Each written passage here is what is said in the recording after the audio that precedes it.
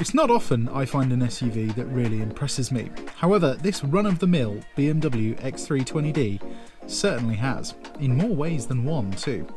Let's have a proper look round it then, shall we? My name's Tom, and you're watching Paragon Cars. Let's go.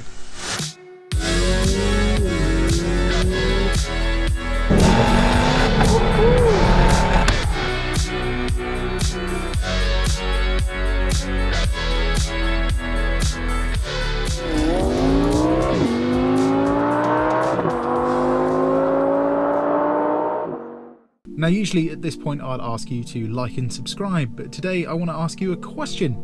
Why out of all the car review channels do you watch this one? Have a think and let me know, as I'd really like to know your thoughts and maybe some of your feedback.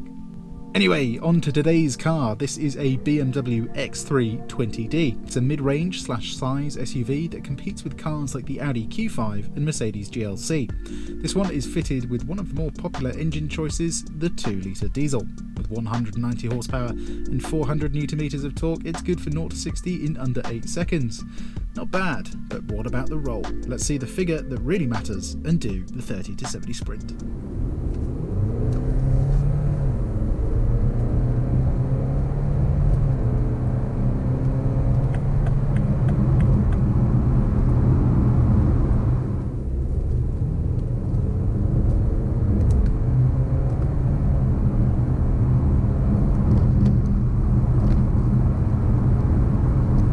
Well, for the first run I left the car to its own devices, and for some reason it decides to shift down rather than using the engine's torque. In turn, that led to a pretty poor time really, of just 8.96 seconds. But we can do better than that, can't we? For the second run I chucked the car into manual and controlled the gears myself.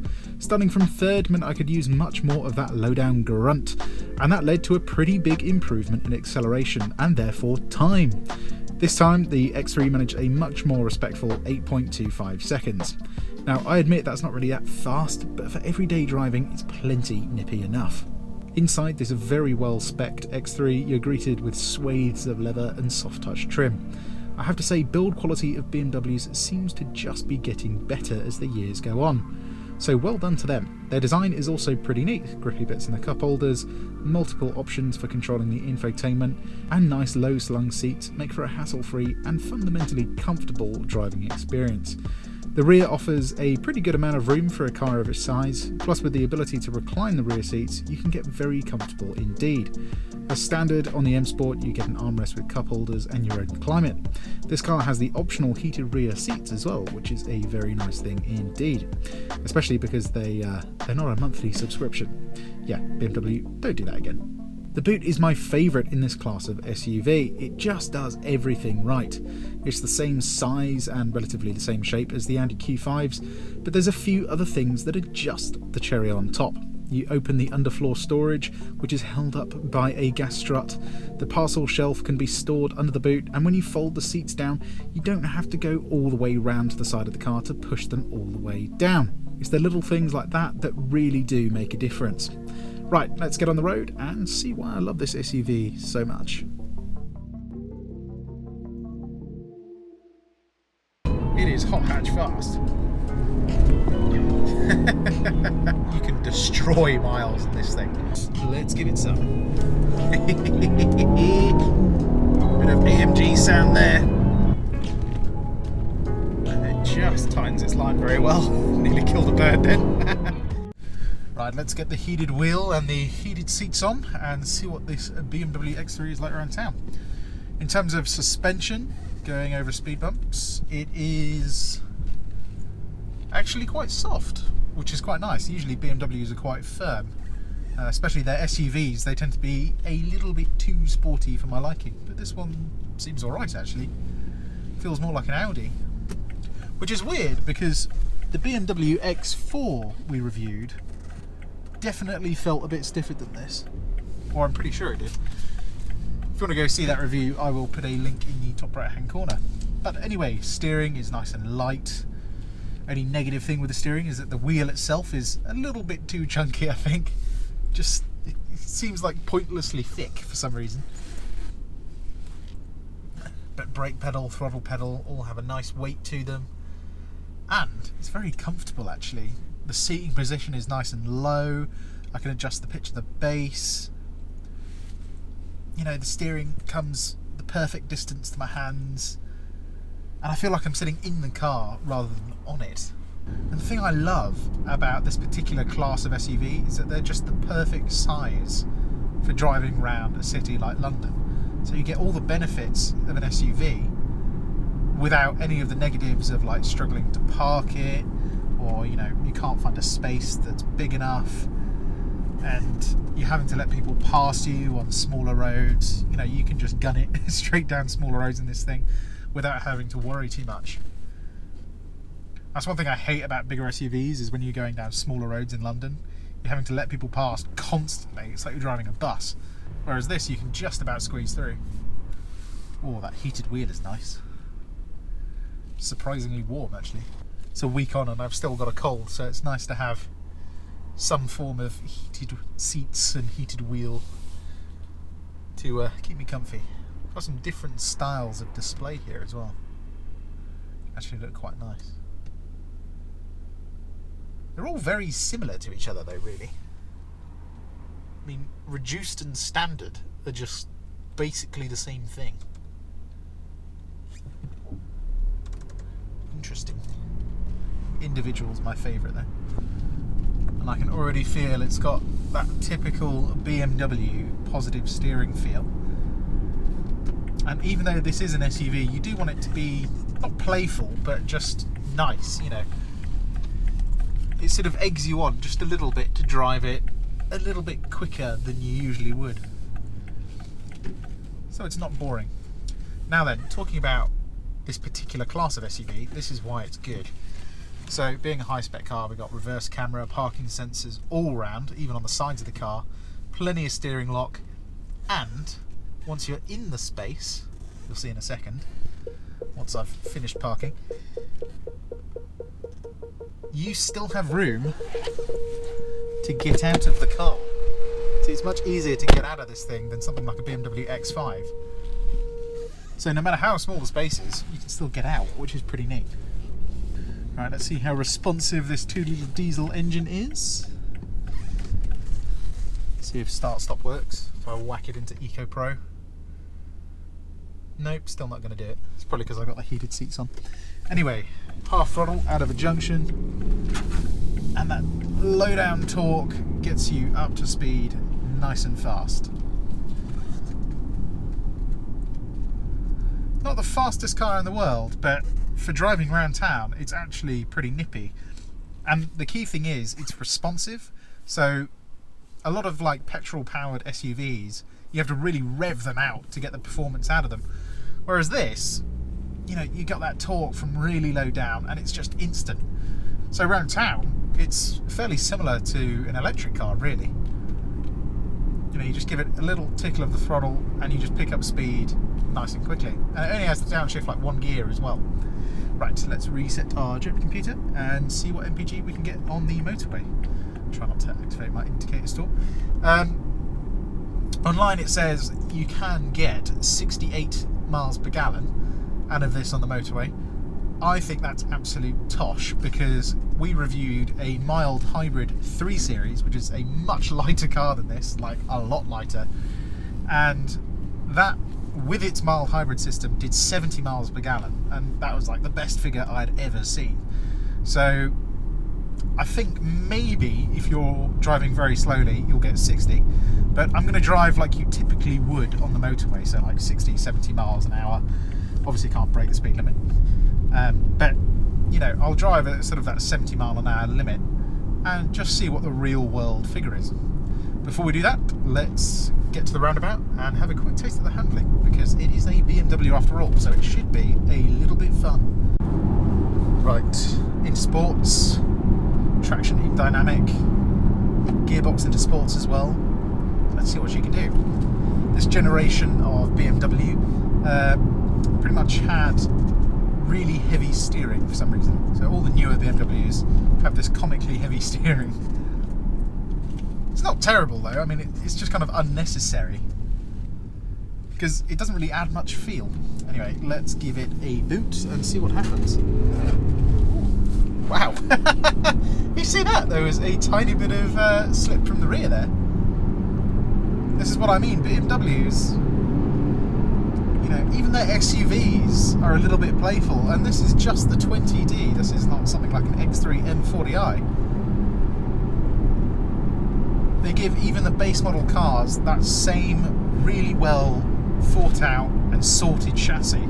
I love them for that. They are absolutely brilliant.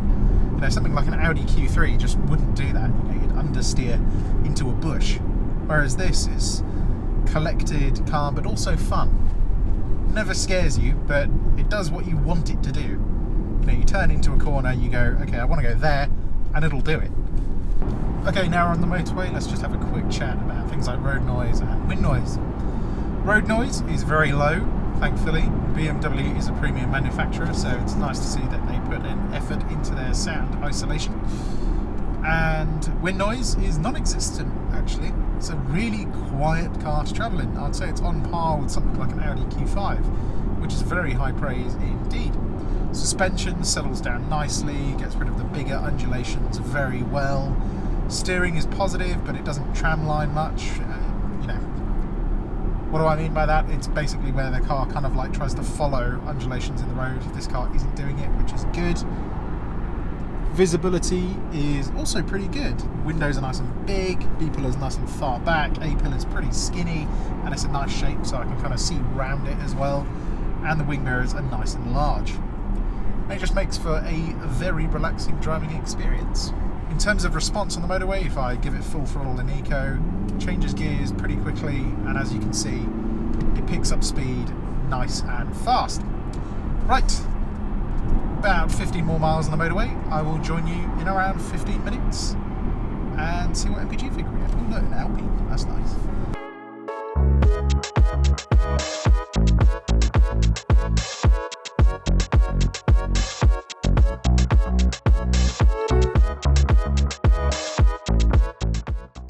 Well, after sitting in traffic for about like 20 minutes,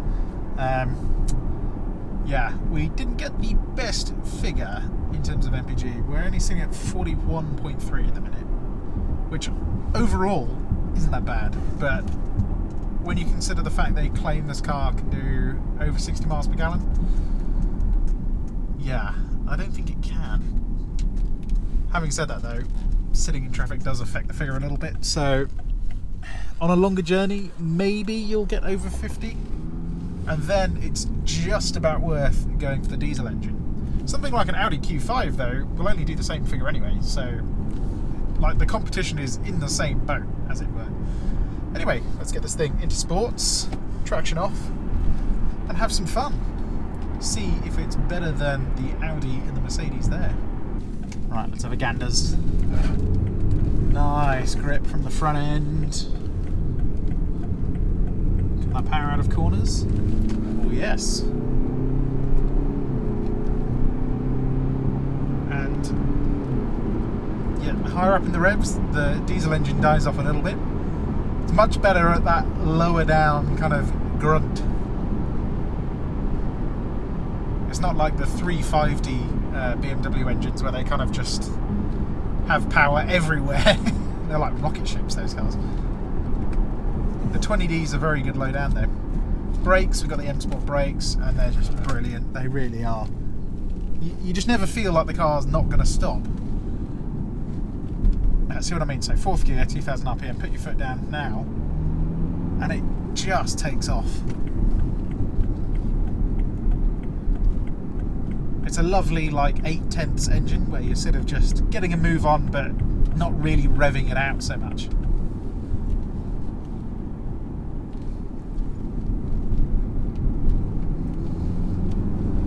But even in wet weather you can really lean on it in the corners.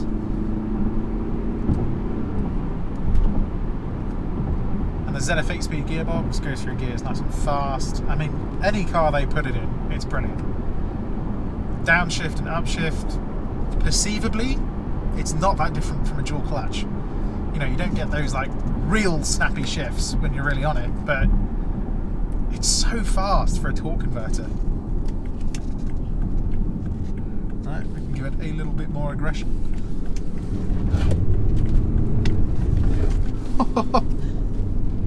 Bit of rotation from the rear there. And the thing is, if I give it more steering angle, the car's computer is going like, okay, he needs to turn more, send more power to the rear.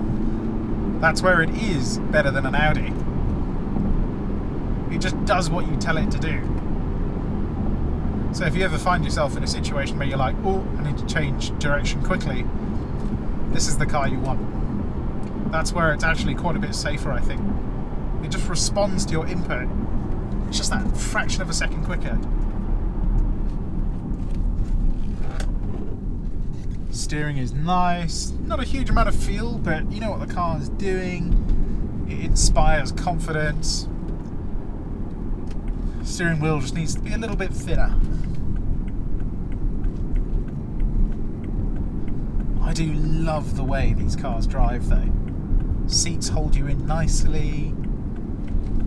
There's really not a lot to complain about. It's just a fantastic car to get a move on in.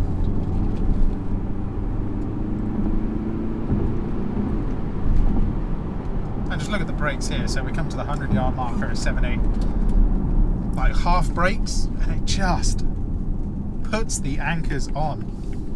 It's a cracking bit of kit. Right, let's take it to a smaller B road and see what we can do with it there. Right, how does she handle down some smaller British B roads then? Well, being a smaller size of SUV means you've got more room in your lane to move around, and therefore it's more fun. Woohoo! A little bit of slip from the rear there, it's nice. Bit of rotation around the corner.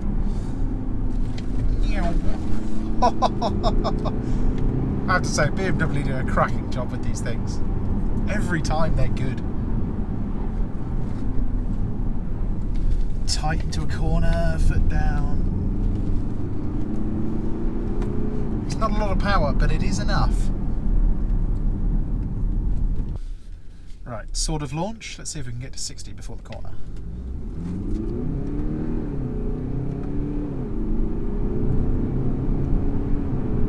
Almost. Very much almost. Oh, nice.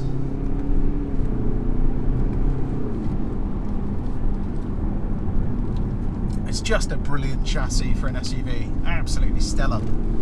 So much control. You know, I can look at like an inch gap on the road and just place the car exactly where I want it. There's no delay in the steering, the car turns in perfectly. If I want to tighten my line, I can use the throttle or the brake. It's giving me options. And it's so much more capable than it needs to be for like a daily driver. Right, one more time. And this engine, again, it feels so much quicker than it actually is. It's just weird. Maybe it's the response or something, but it feels way, way quicker than it actually is. Suspension over bigger bumps like this, it just deals with it. What a fantastic bit of kit. It really is brilliant. For an everyday family car, this is pretty much as good as it gets. It's stress-free all the way from the drive to the way it swallows luggage. I have to say as well that to get an SUV to be comfortable and handle like this X3 does is actually a seriously tough engineering challenge. So well done to BMW. You've really nailed the do everything category of car. As usual, I hope you enjoyed this review. If you did, give it a like and why not subscribe, as not only can you see more videos like this, you can see everything we have for sale, which actually includes this very highly spec'd BMW X3. My name's Tom and you've been watching Paragon Cars. I'll see you on the next one. Goodbye.